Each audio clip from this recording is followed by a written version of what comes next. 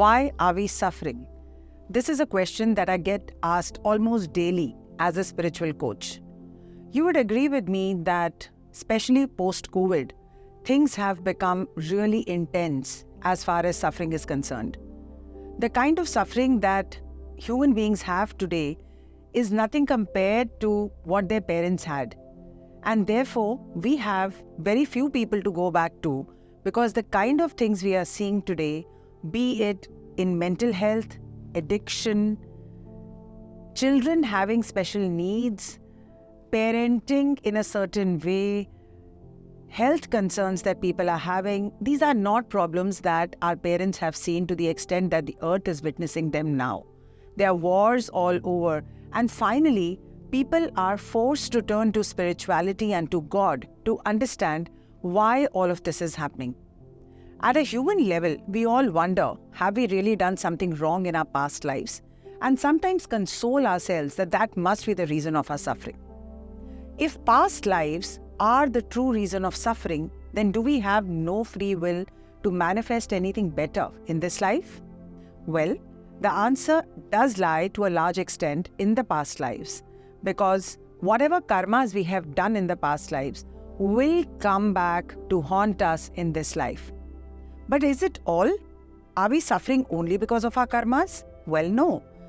Our suffering in this life is a combination of past life karmas and the unlearned lessons of our soul. Our soul in every life decides on certain lessons that it needs to learn. It learns these lessons through relationships, through health, through sufferings. Therefore, what seems like a suffering in our life at this moment is truly our soul learning in the classroom of life. So, how much does past life influence this life? Well, up to 60 to 70%.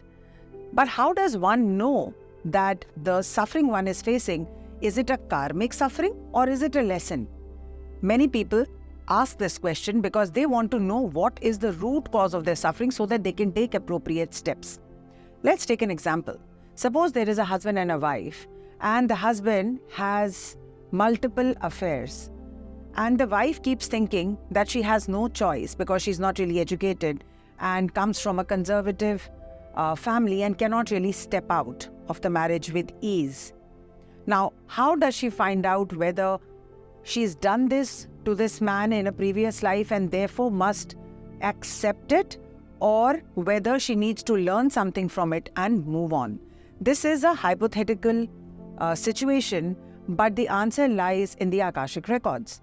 The Akashic records are a book of your past lives that tell you exactly what you have done in those lives vis-a-vis taking certain decisions, learning certain lessons, and your direct interactions with some people. So this lady, through her Akashic records, can find out what was her relationship with her husband in a previous life, whether what she's facing today is karmic, and she has to accept it. And again, accepting doesn't mean that she will take no action against it. Accepting means at least she knows that this is the root cause, and now let me decide what I want to do as regards this relationship is concerned. Or she may decide that this is a lesson.